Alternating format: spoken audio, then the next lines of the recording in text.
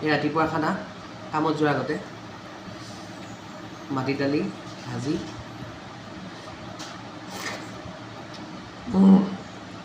মজা আচাৰ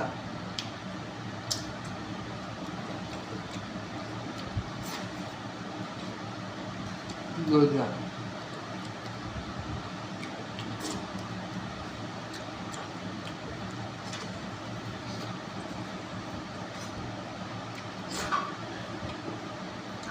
টেষ্টি